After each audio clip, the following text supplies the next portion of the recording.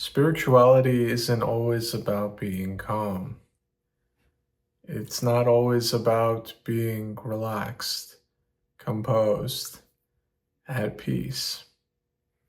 In fact, a huge part of spirituality is being under duress, is struggling, is overcoming challenges and overcoming problems. And what I like to call embracing the fire and the water. You see, many of us are familiar with the water, right? The gentle, the fluid, the peaceful and idyllic state that water can bring, right? Imagine you're out on a peaceful, calm, and placid lake, right? It's soothing, right? Because it's so peaceful, it's so still. There's very little motion whatsoever. But now imagine a fire that's burning, and it's burning strong, and it's burning bright, and it's consuming all of the wood and the twigs and all the other tinder that's in there.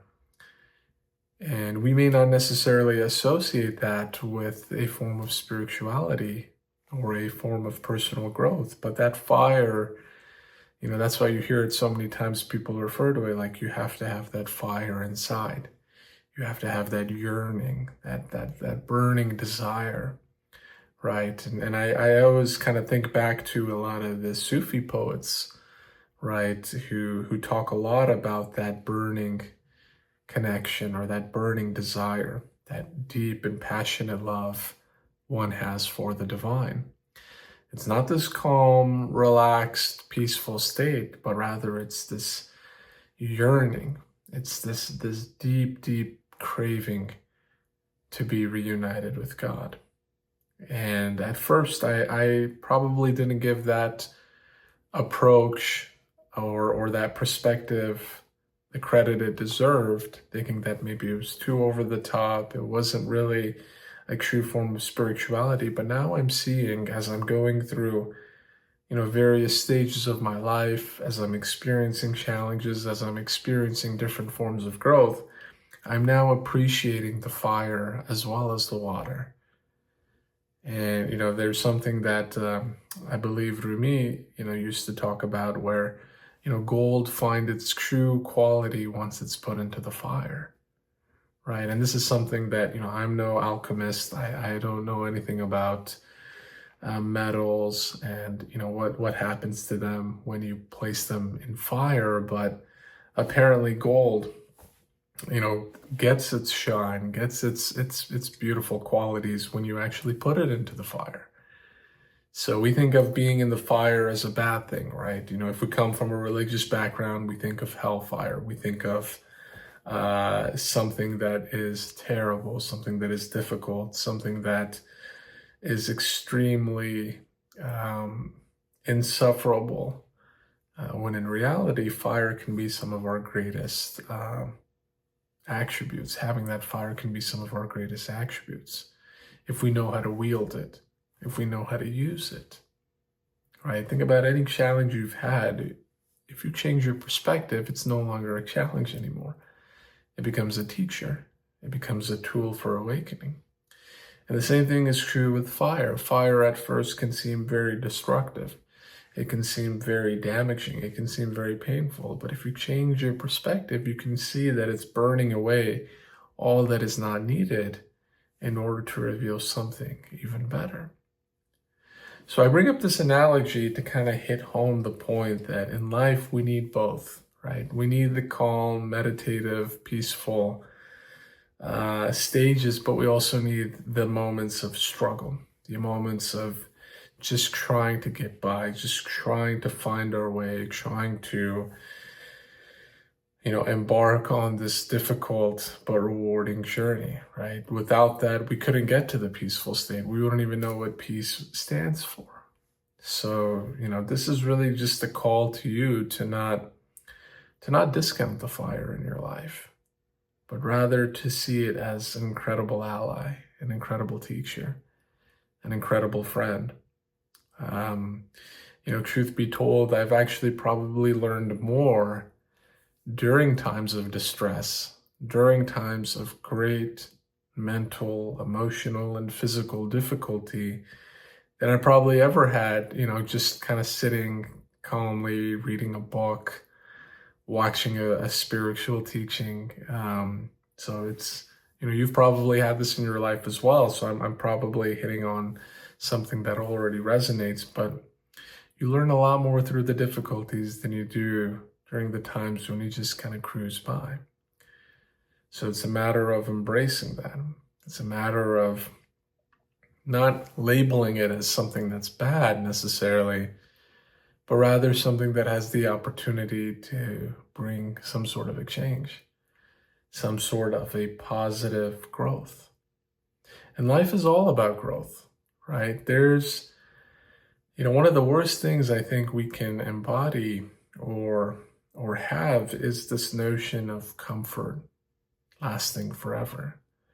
It's okay to enjoy comfort when it's here. There's nothing wrong with that. It doesn't have to be that you're struggling 24/7, but also don't get too attached to that comfort. Don't crave for it to be there all the time. Don't lust for it. Don't put all your hopes and dreams into it, because a life inevitably changes. You inevitably change. And the people around you, the people you love most, the people that form your social circles, that the people that give your life, such a deep dimension, they also change. So everything and everyone is always in this constant state of change. And to be comfortable with whatever is going on is almost to be uh, indifferent toward the change, unaccepting toward the change. We need to change. If you look, the expression is, you never step into the same river twice, because it's always moving. It's always changing. The water never stops. If it stops, it's no longer a river. And if it stops, that water starts to, produce diseases, and it starts to become filthy, and it starts to become, a place where nothing can really survive. That's why you always, hear the adage that you should never drink from still water. I'm no sort of outdoor expert. I do love the outdoors, but I don't take my word or trust my suggestions. But if you ever do come across still body of water, I highly encourage you don't drink that. It's something that I always kind of learned growing up, that if it's flowing, that's typically means that there's not a huge presence of bacteria or any other things that can cause a lot of harm to you. So life is the same way. The minute you start slowing down, the minute you start stalling or not growing or just being stagnant for months and years on end, that's when you become a breeding ground for disease. When you become a breeding ground for all the things that kind of set you back. You want to be like flowing water. You want to be constantly changing. You want to be constantly growing, constantly pure, constantly in a state of refreshment and in a state of growth. So there's a lot that we can learn from nature, but I think that's a very prime example of the importance of keep moving and keep going. Right? Embracing that fire, embracing that hustle, that grit, whatever you want to call it. Different circles call it something different, right? In the business world, which is an area where I spend a lot of my time in, when I'm not making these videos, when I'm not, as part of my day-to-day job and living, I spend a lot of time in the business world. And a lot of those same things, it might be for a slightly different purpose, but a lot of those same attributes that you find in the business world are also found in the spiritual world as well, right? You're, in essence, creating something out of nothing, right? You're, in the business world, you're trying to make money, right? You're trying to grow in that sense. And in the spiritual world, you're trying to also make something out of nothing. Right? You're trying to bring out your true dimension, your true self.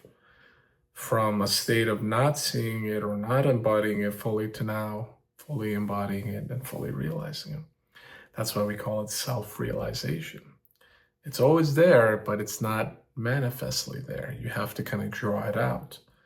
And that can only happen when you go through the self-work, when you actually start to work on yourself, when you start to peel back all of the layers that have inhibited you from seeing your true self.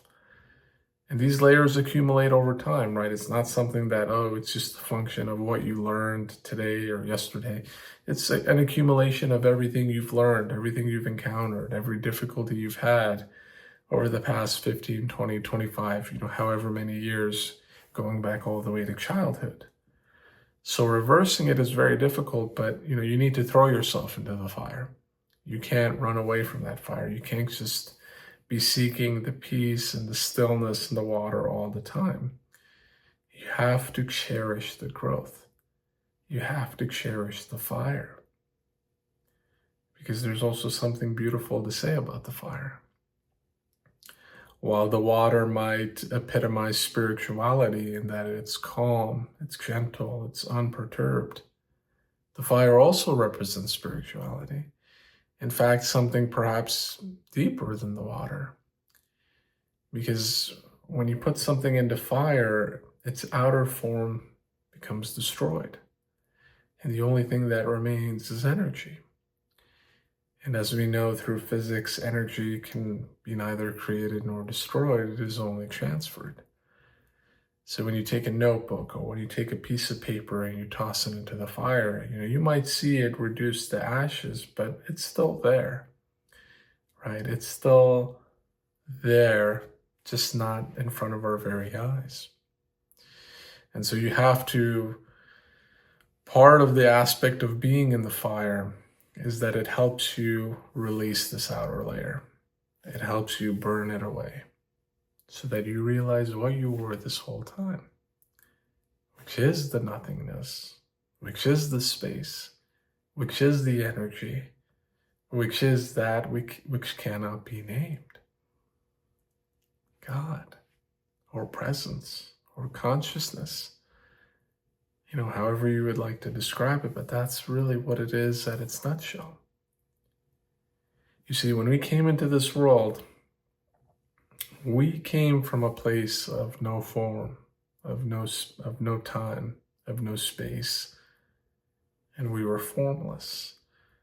We were connected to God in every way imaginable, right? But then, like everyone else, we had this separation.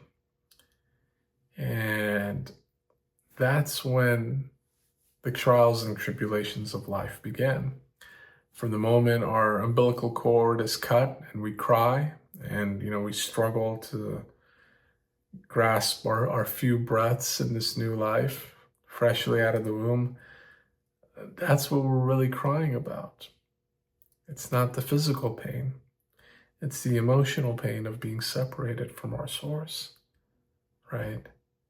And of course, that's just a metaphor for what we encounter as we go along, right? There will be physical pain, but as we grow older, there will be all other kinds of pain as well. And there will be all these different types of labels, all these different identities, if you will, or really just an amalgamation of all those identities into what we know as the false self or the ego, the illusion, the illusory mind, right? None of this stuff is real. It's all just something that is formed in our psyche and that we accept as reality. But in truth, it's nothing more than an illusion and a veil that we need to tear down in order to see our true essence, to see our actual source, which is the nothing, which is what is left after something is burned in the fire. Fire has such an amazing purifying quality to it as well.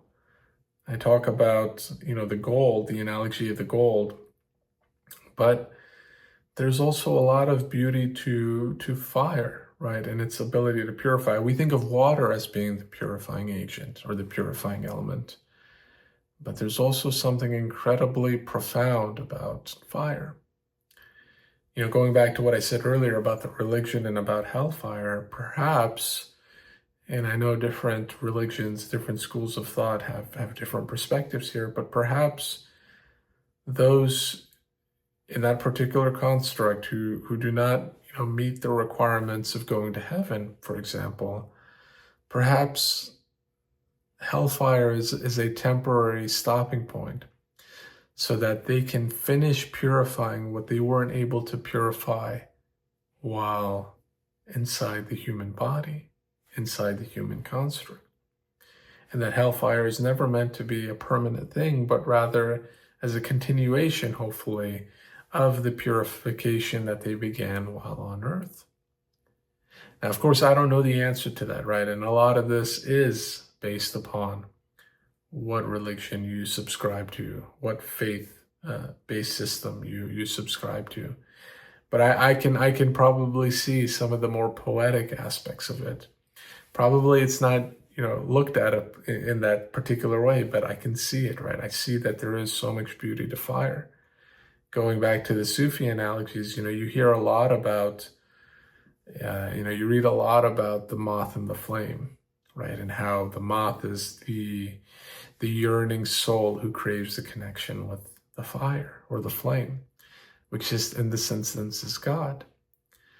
But the paradox here is that the moth throws itself into the fire knowing that it will be destroyed, right? So a yearning soul throws himself or herself into the presence of God, knowing full well they will lose themselves.